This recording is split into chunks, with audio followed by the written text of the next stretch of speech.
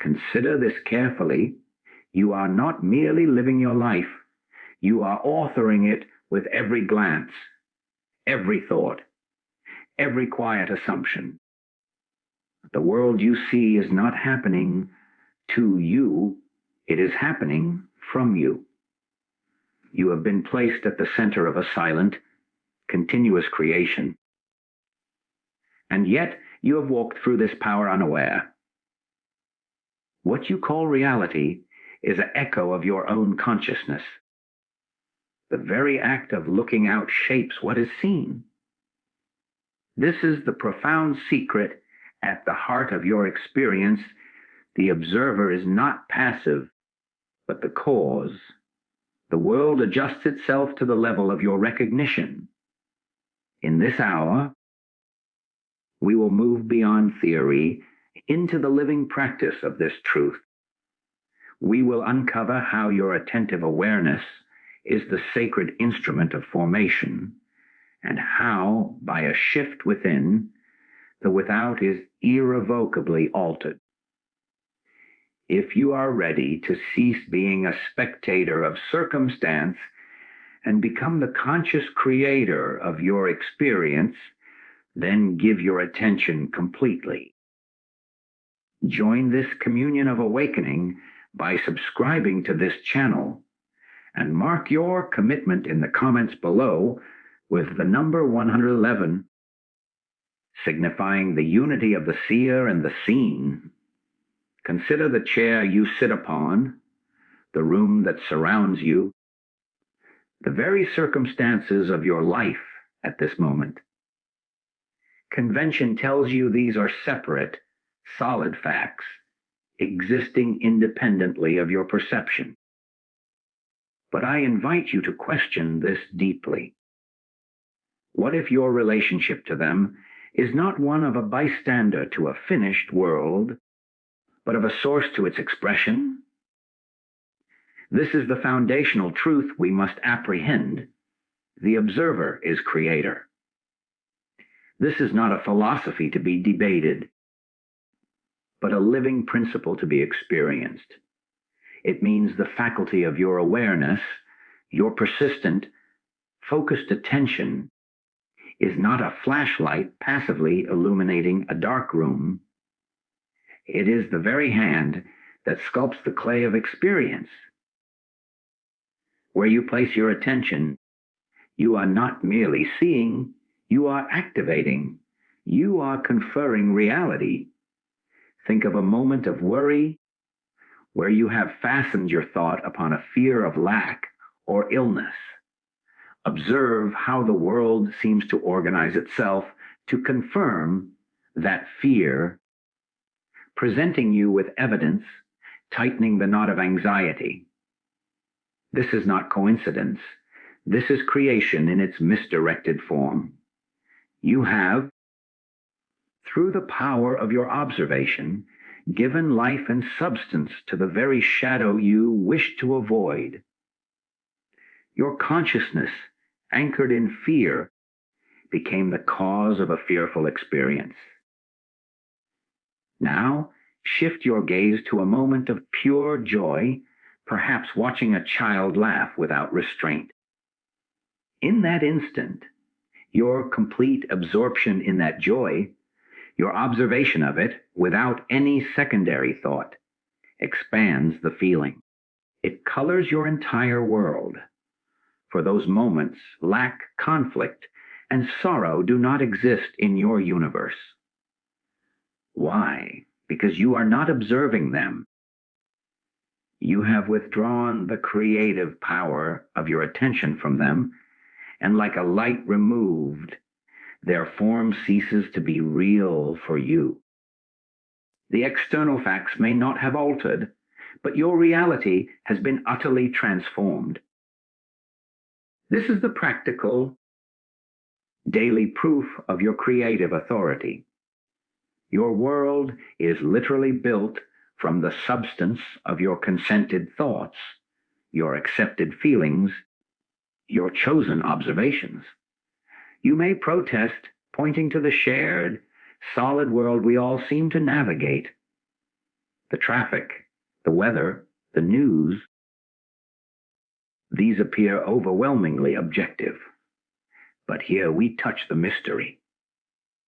Your unique universe is filtered through the lens of your consciousness. Two individuals walk the same street. One sees beauty, history, and opportunity, feeling uplifted and open.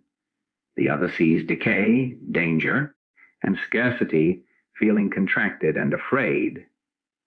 The street, as a material fact, may be constant, but the reality experienced is utterly different, and that experienced reality is what shapes their next moments, their decisions, their health, their very lives.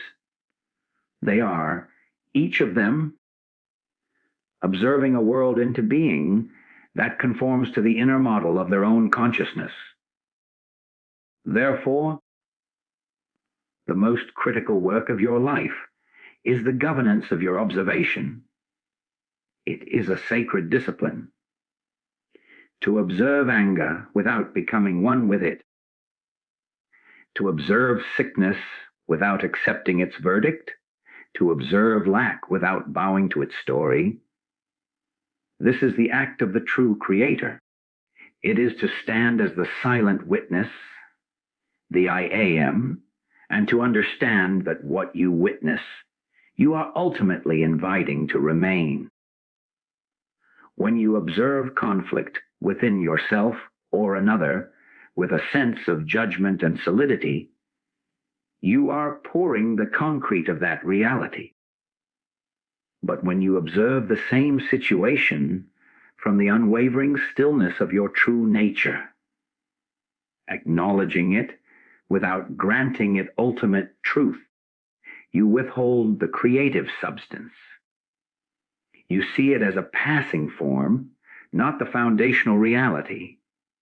In that withholding, you allow its dissolution. Begin this practice with the small textures of your day. You feel a headache forming. Instead of immediately accepting it as an unavoidable reality, step back. Observe the sensation. But as you observe, know this: your awareness is not in the headache. The headache is a fleeting pattern within your boundless awareness. Do not fight it. Simply be the aware space that contains it. You are no longer creating it by fearing it. You are dissolving its claim on you by recognizing it as a temporary formation in your field. The same applies to a financial worry. Observe the thought. See it as a cloud passing through the sky of your mind. But do not follow it. Build upon it, or stare at it until it darkens your entire heavens. Redirect the creative force of your observation to the truth of your being. I am awareness itself, and awareness is whole, complete, and lacks nothing. This is the supreme responsibility and the ultimate freedom. There is no destiny, no fate, no external God writing your story apart from your own conscious and unconscious use of this creative faculty. Every moment, you are at the point of choice, of focus, of observation. The world you see is a perfect mirror showing you back to yourself. If you do not like the reflection, do not curse the glass. Turn within. Change the nature of the observer. As the observer shifts from a person beset by problems to the very presence that transcends them, the creation must follow. It has no choice, for it lives and moves and has its being only within the observing consciousness you are. If the observer is the creator, then we must ask, of what substance is this creation made? We have moved from a world of passive objects to a living field of cause and effect. And now we arrive at the very heart of the matter. The material of your universe is not wood, metal, or circumstance. It is consciousness itself. Consciousness is causation. This understanding shatters the final illusion of an external, self-powered world. Nothing happens to you. Everything happens through you, and the medium is your own awareness. Think of consciousness not as your thoughts, but as the silent, depthless ocean from which thoughts arise. Every event in your life is a wave upon that ocean. To believe the wave is separate from the water is the fundamental error. Your financial situation, your relationships, your physical vitality, these are not random waves tossed upon you by a chaotic sea. They are the direct, precise, and lawful expression of the vibrations, the currents, the settled conditions within your own conscious ocean. Let us make this practical, for truth must be lived to be known. Consider a repeated argument in a relationship. You believe the other person causes your frustration. The old view says, if they would change, I would be at peace. But the principle of consciousness as causation reveals the deed-all your peace is not contingent upon their change. The argument exists because within your own consciousness there is a standing recognition of conflict, a belief in separation, a readiness to be offended. That inner state is the cause. It casts out a specific frequency, and the world, faithful mirror that it is, sends back a person and a situation that perfectly matches that frequency. To change the argument, you must first withdraw the cause. You must turn within and dissolve the inner recognition of conflict. As you cease to harbor it, as you still those waters, the reflection has no choice but to alter. The other person may change, or they may fade from your experience, but the conflict must cease because its source has been removed. This is the true meaning of taking responsibility. It is not blame.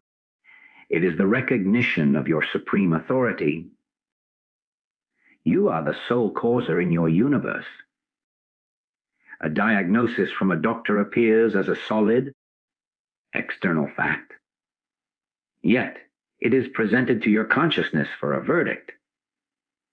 If you receive it in fear, with a sense of finality and solid truth, you are consenting to its reality within your realm. You are, in that moment of terrified acceptance, causing it to take root. But if, in that same moment, you turn to a deeper knowing, if you acknowledge the appearance, but refuse it the stamp of your inner truth, you are exercising your causative power differently. You are causing a different reality, one of wholeness and invisible harmony, to become manifest. This is not denial. It is the highest form of spiritual surgery performed at the level of cause. Your daily fatigue, the sense of dragging through hours, is a perfect example. You attribute it to poor sleep, to overwork. But what caused the poor sleep? What sustains the feeling of being burdened by work? Trace it back, and you will always find a state of consciousness. A consciousness that believes in burden, that has accepted the narrative of grind and exhaustion, that observes the body with an expectation of depletion. That consciousness is causing the fatigue. Change the consciousness. Before rising, spend moments not in thinking, but in as being, in feeling the animating, limitless life that is your true substance. Anchor there. From that causative center, the experience of the day is born anew. The same tasks may await, but they are now infused with a different energy because the source, your consciousness, has shifted its point of recognition. This is why personal effort so often fails. You try to rearrange the waves, the conditions, while ignoring the storm in the ocean. You seek new relationships while carrying the old consciousness of loneliness. You chase wealth while rooted in a consciousness of lack. It is a futile rearrangement of furniture in a burning house. The only solution is to address the fire. The fire is within. When your consciousness abides in peace, your world must manifest peaceful conditions. When your consciousness knows itself as abundance, your world must reveal abundant pathways. The outer is in effect a shadow. To change a shadow, you must move the substance casting it. You are that substance. Every irritation, every joy, every chance encounter is therefore a divine messenger. It is your own consciousness speaking back to you in the language of form. The rude clerk is showing you where you hold unrecognized judgment. The unexpected kindness is confirming a moment of inner grace. The closed door is revealing a belief in limitation you have yet to surrender. There are no accidents, only manifestations. To see this is to begin to live in a state of continuous, reverent attention. You start to watch your world not as a series of random events, but as a perfectly orchestrated feedback system, showing you the exact content and quality of your own causative consciousness in every given moment. This is the thrill of the awakened life. You are no longer at the mercy of a capricious world. You are in a silent, constant, and profoundly responsive dialogue with your own self. If consciousness is the sole causation, then what of the world that seems to press upon us with such solid force? What of the shared streets, the collective events, the tangible objects that seem to affirm a reality outside of ourselves? This brings us to the great illusion, the final barrier to freedom, the illusion of a separate reality. There is no such thing as an objective world out there, existing independently of your perception of it.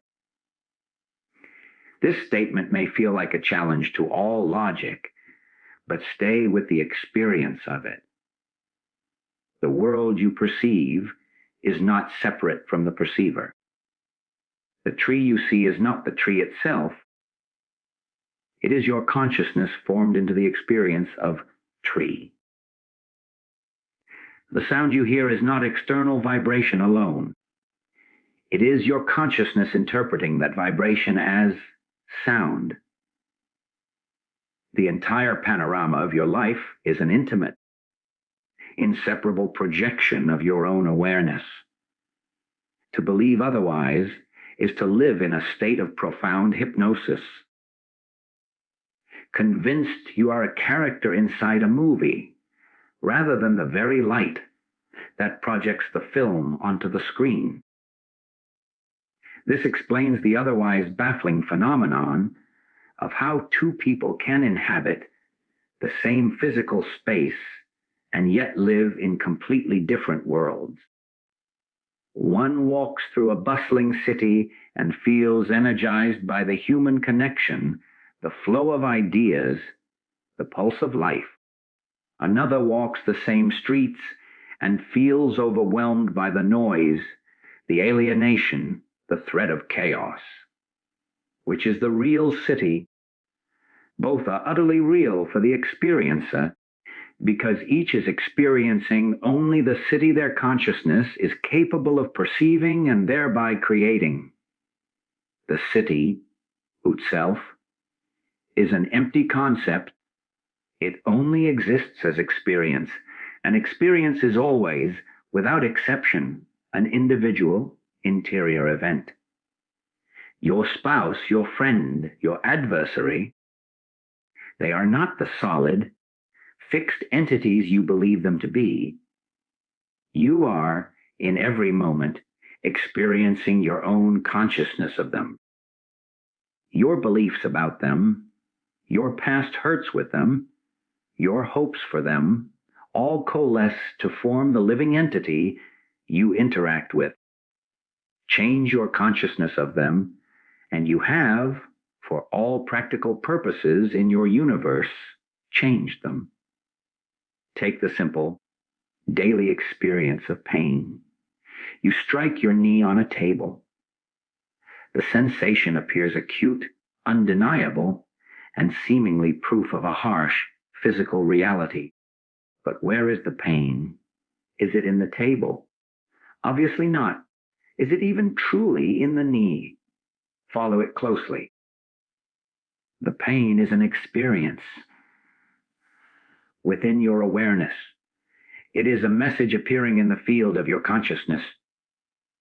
The moment you bring your full, silent attention to it, not as a victim of it, but as the aware space that contains it, a subtle shift occurs. The pain may remain as a sensation, but its meaning, its solidity, its tyranny over you begins to dissolve. You have begun to see through the illusion that it is a separate reality attacking you. You see it as a passing condition within the infinite field of your own being. This is the practice of piercing the illusion. This applies to every condition. Financial lack feels like a solid wall, but it is only a condition within consciousness, a deep, seated belief in separation from source, taking form. When you turn within and know yourself as one with infinite substance, you are not trying to change a hard external fact. You are withdrawing the belief, the consciousness, that gave the illusion of lack its form and power. The outer condition must then rearrange, for it has no independent support. The same is true for sickness, for loneliness, for every form of limitation. They are all clouds in the sky of your awareness. They appear real. They may even blot out the sun for a time, but they are not the sky. The sky, your true consciousness, remains untouched, vast, and clear. To believe the cloud is the sky is the illusion. Your entire life, therefore, is a lesson in seeing through form to the formless reality behind it. The rude email is not a solid event. It is a call to find the undisturbed peace within you that no email can touch. The traffic jam is not a prison. It is an opportunity to discover the stillness that is not dependent on movement. Every so-called problem is the illusion presenting you with the exact curriculum you need to awaken from the dream of separation. When you stop reacting to the world as an external antagonist force and start responding from the truth of your indivisible being, the world loses its power to disturb you.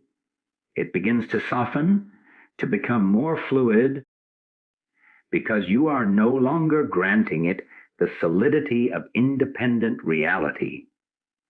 You are remembering that you are the dreamer, and the dream is a perfect reflection of the state of the dreamer.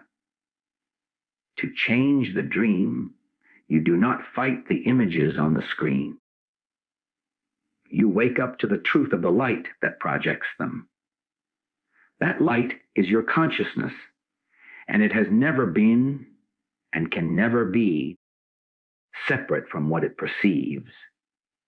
All is one seamless, living whole, and you are that. Now we come to the practical heart of the journey, the sacred application of this truth. If you are the creator and all reality is an extension of your consciousness, then how do you live? You do not beg, you do not hope, you do not wish upon a star. You assume a new posture in the universe, the practice of inner authority. This is the conscious, deliberate movement from being governed by the world to governing your own consciousness, from which the world flows. It is the end of petitionary prayer and the beginning of a knowing declaration from within the kingdom. You are no longer a subject pleading before the throne of life. You are the sovereign, issuing the decrees of your being from a place of already accomplished fact. This is not arrogance.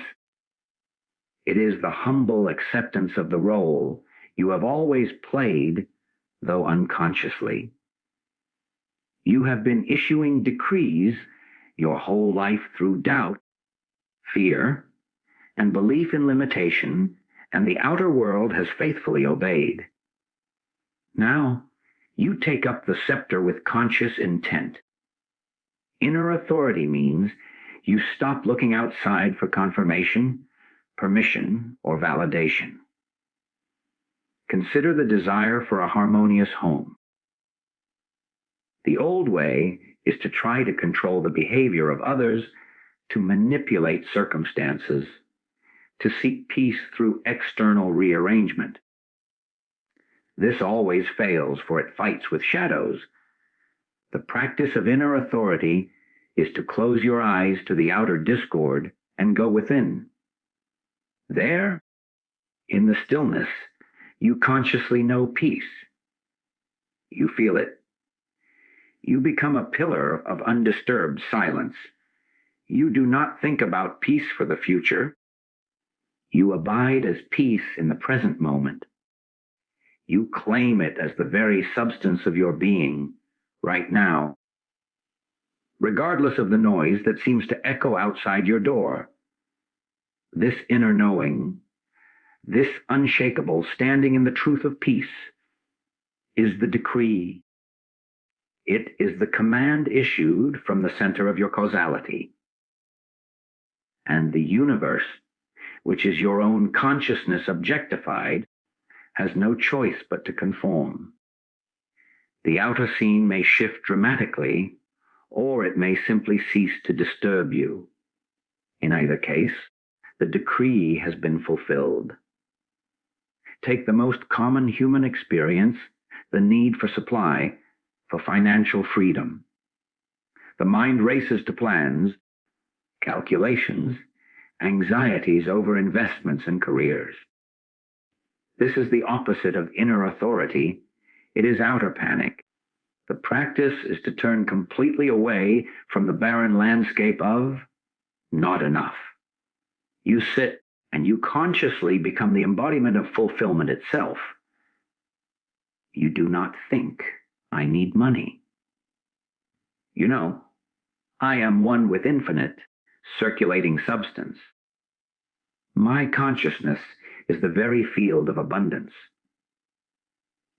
You feel the reality of that wholeness so completely that the feeling of need evaporates. You are no longer a beggar at the gate. You are the owner of the estate, moving with the quiet assurance that all within it is yours to express and experience. This inner posture is the decree. From this space, right action is revealed not from frantic searching, but from intuitive knowing. The phone call is made, the idea is received. The opportunity is recognized, not as a lucky break from a cruel world, but as the natural, inevitable emergence of your inner state into form. This practice turns every challenge into an altar. A health concern appears. The world says, go into fear, research the worst, prepare for battle.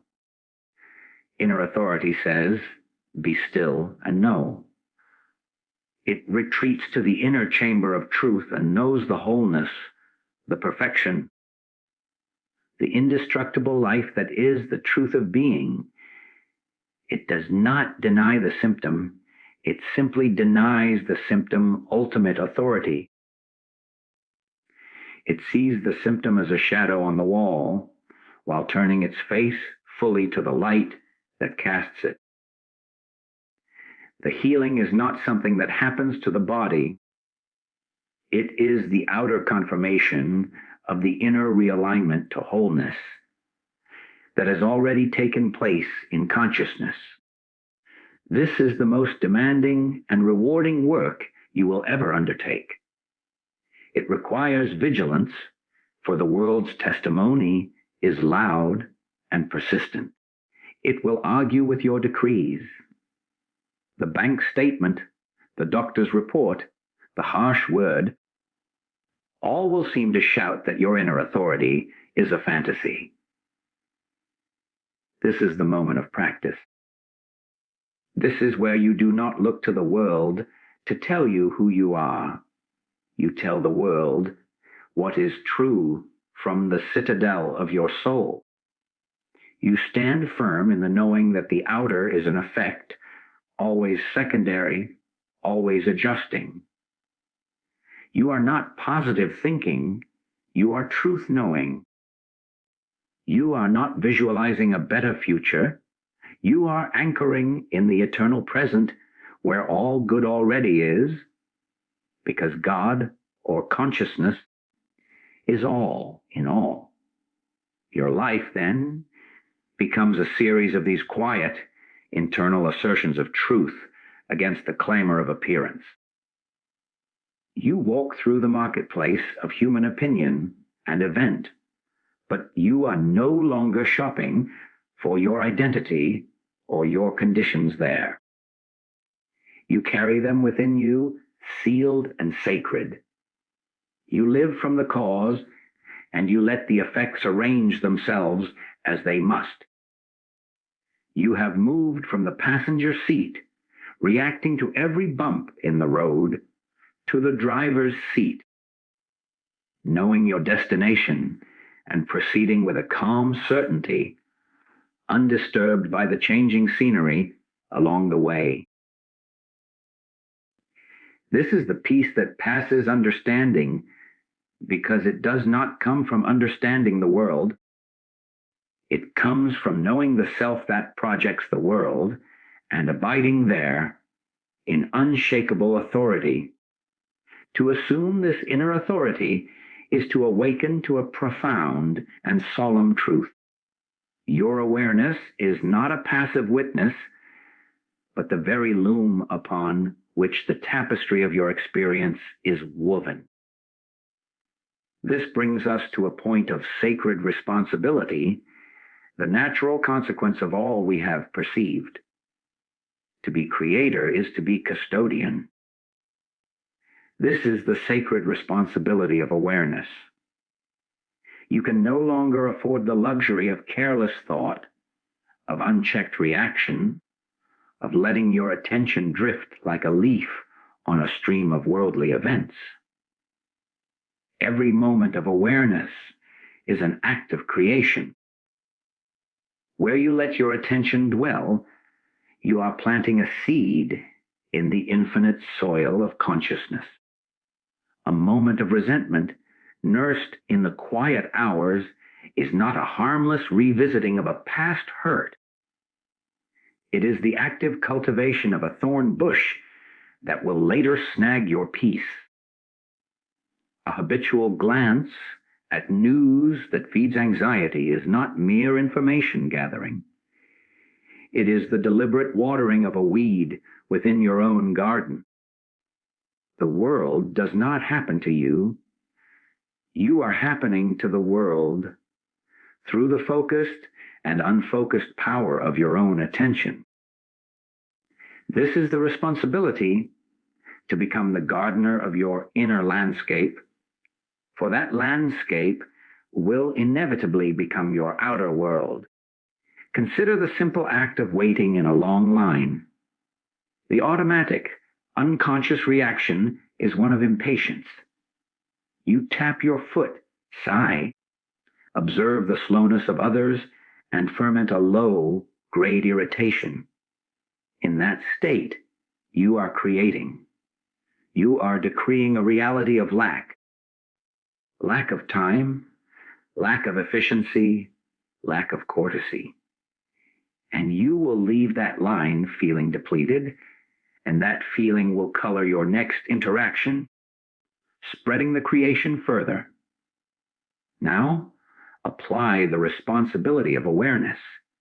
You notice the rise of impatience, but instead of following it, you consciously redirect your attention. You feel the sensation of your feet on the floor. You observe your breath. You silently acknowledge the shared humanity of all in the line. You might even find a moment of gratitude for the pause. This is not mere distraction. This is a sacred act of authority. You are withdrawing the creative energy from the construct of irritating delay and placing it upon the reality of present moment life. You have not just changed your mood. You have altered the creative decree. The line may not move faster, but your experience of it, and therefore your reality within it, is transformed. You step out of that line carrying a different world with you. This responsibility extends to your conversations.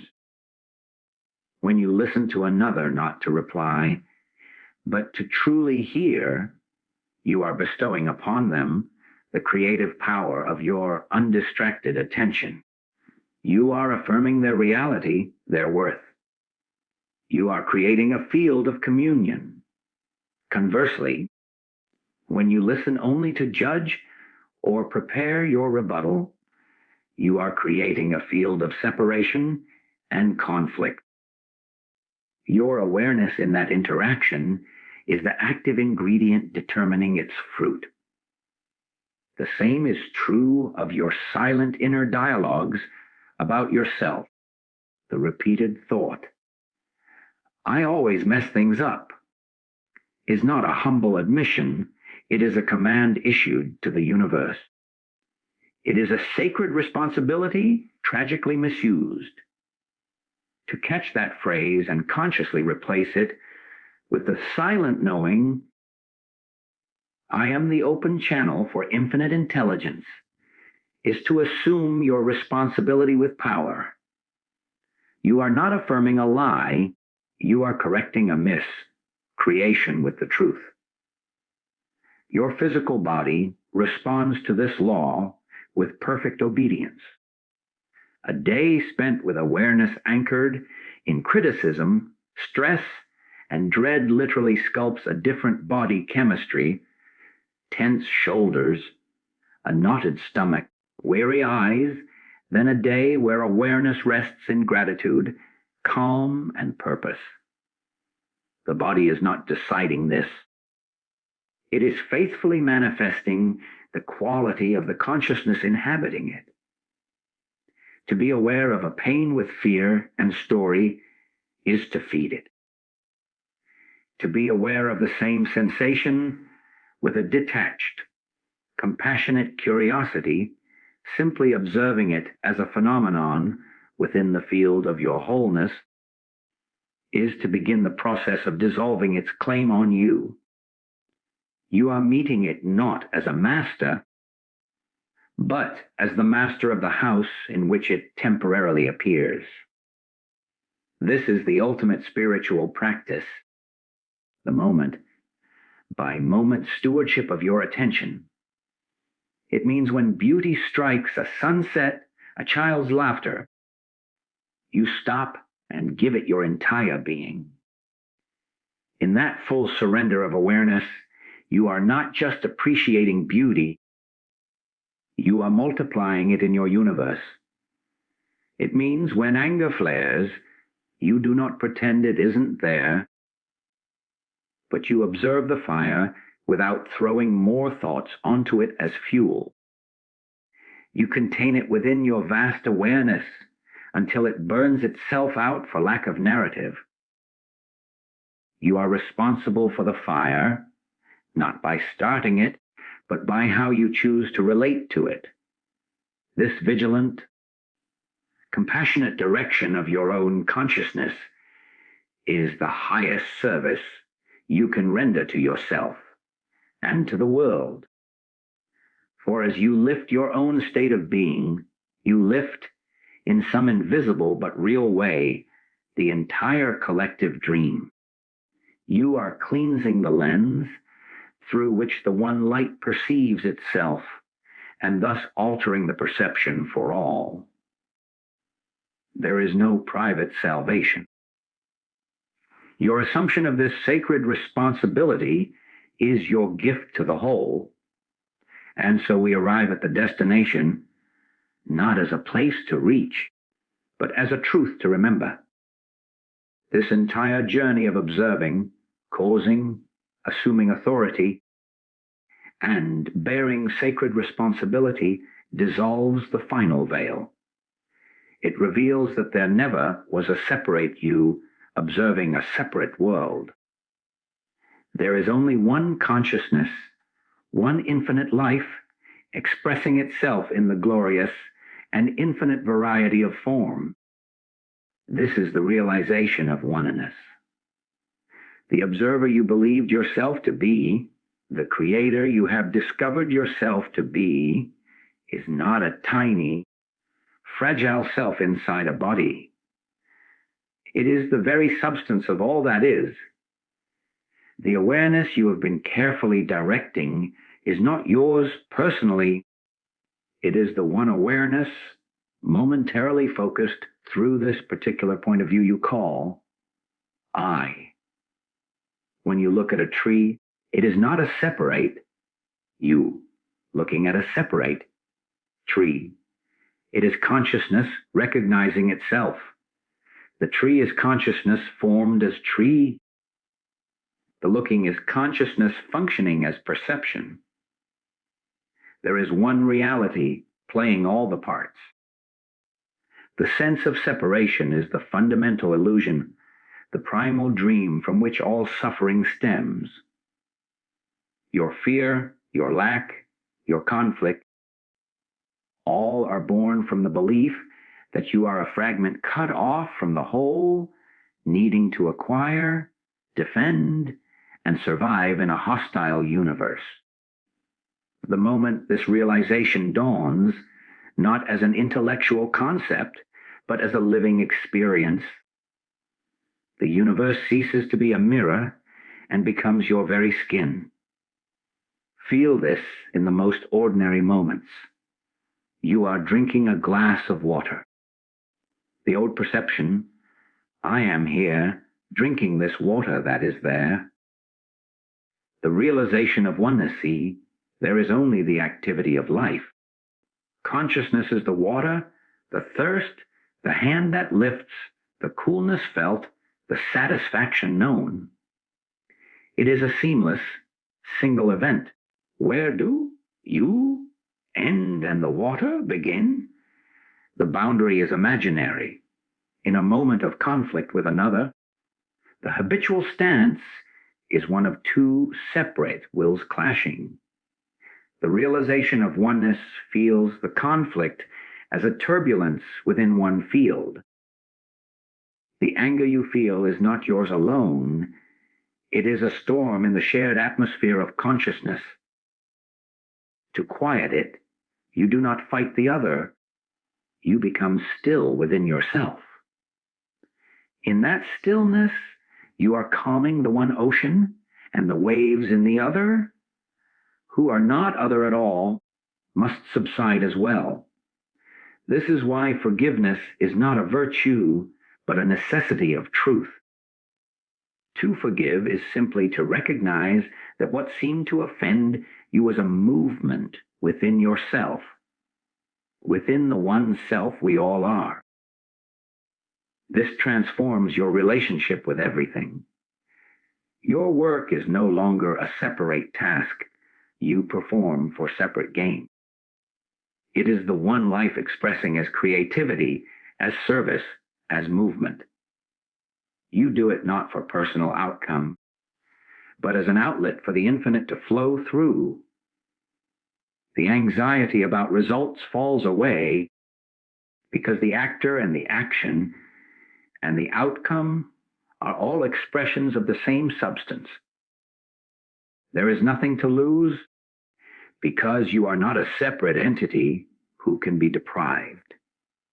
Lack becomes an impossibility. How can consciousness, which is all, be lacking anything?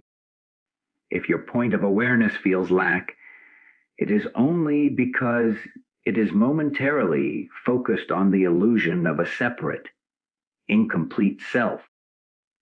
Shift the focus back to the truth of being. I am the whole expressing here, and the feeling of lack has no ground on which to stand.